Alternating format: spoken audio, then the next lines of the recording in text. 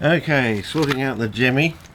As you can see, hopefully, if it focuses, I just sort of mix some up there. You can still see they're nice and green and healthy, floating around there. Hopefully it's focusing in on there. Now what you want is get a little container like this, a little ice cream container, and get yourself a little sieve like that, sit it on there like that. Nothing too flash, and then get say one or two, probably only need one for this, I don't know, and put it in there like that, and pour your I suppose first of all we've got to shake up the thing, so get the GEMMAE to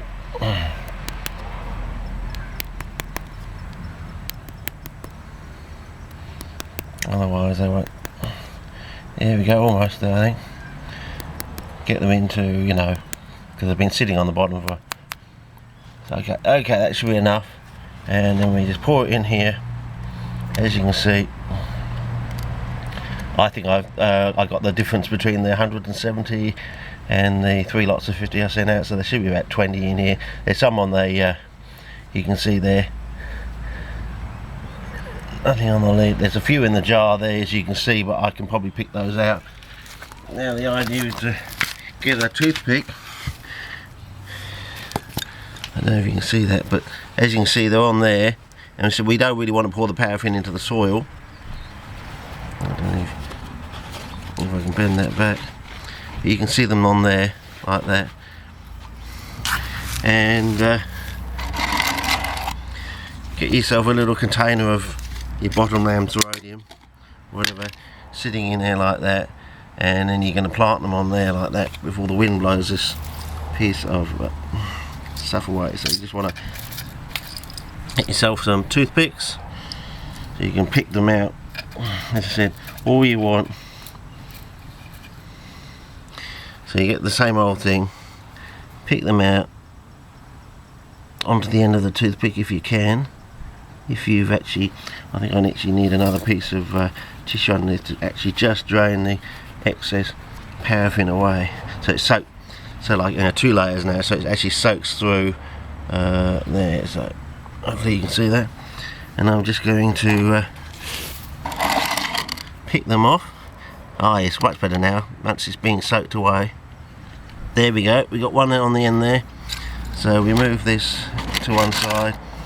And it doesn't really matter how you plant them, they self-right themselves. So there's one in there, and as I said, the idea is that there's another one, and basically just move them around. There's only 20, so what, 2 lots of 10 down that side, 10 down that side, so what, grid it up into 4 sections, 5 in each section basically, and yeah, just do that. I've got another container, so maybe just 10 in here. Yeah, don't put all your eggs in one basket, sort of thing. And yeah, that's it to go. As I said, we'll add on an extra 2 to 3 weeks to the actual sprouting time, because this stuff has to come off, and has to degrade, sort of thing, and so they can then start breathing again. But it gives you extra time, time that we never had before. You got time to space them out the way you want them in the pots, do fancy patterns, write your name or something with them, sort of thing, and just go on from there. If you've got 2 different GEMMAE at 2 different times, you now have the ability to plant them together in a pattern.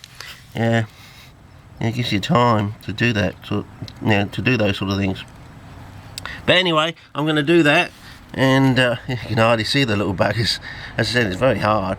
I mean, can you imagine the seed? The seed was even finer.